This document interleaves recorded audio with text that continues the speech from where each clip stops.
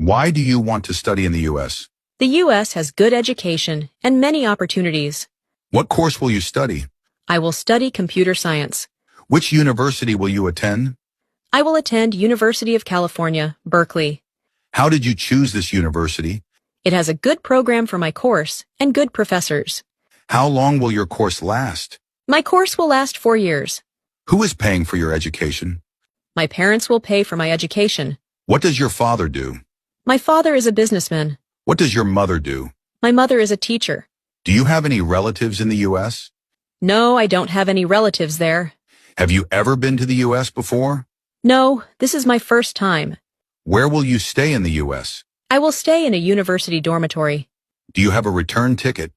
Yes, I plan to return after my studies. What are your plans after completing your studies?